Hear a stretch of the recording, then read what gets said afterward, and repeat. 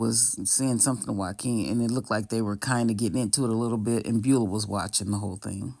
Rob Will tries to talk to Rip, and he tells him he wants to apologize and that he's an addict and he's working on himself. Which it was a load of bull, but he knows that Rip is the new foreman over the ranch, and but Rip was just like, because he said he was in recovery. He was like, congratulations, I hope it works out for you. And Rip walked off like he didn't have anything to say to him because remember, Joaquin said if Rob Will comes back, he'll kill him. And Rip knows that Joaquin is bad news and that he also was the one who put that body on his land.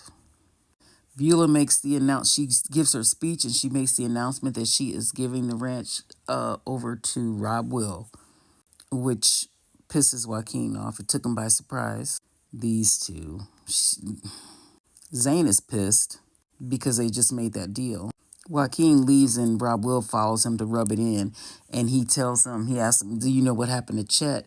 And he said, Chet was Rob Will said he was always a bad shot, which let Joaquin know that he wanted to get him killed. He had Chet killed. And he said, Joaquin was like, well, that's the last chance you'll ever get.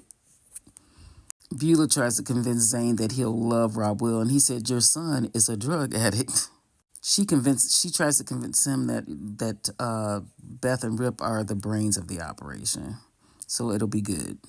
Y'all, he's so in his feelings about that girl.